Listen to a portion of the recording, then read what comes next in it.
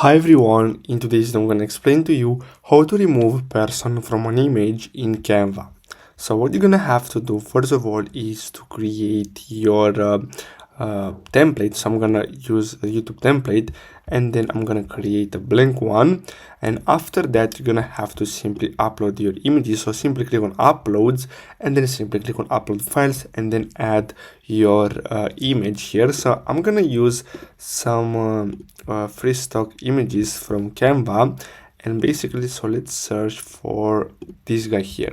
So let's say you want to remove him from this image. So what you're gonna have to do is to simply click on edit photo, and then after that what you're gonna have to do next is to simply click on BG remover.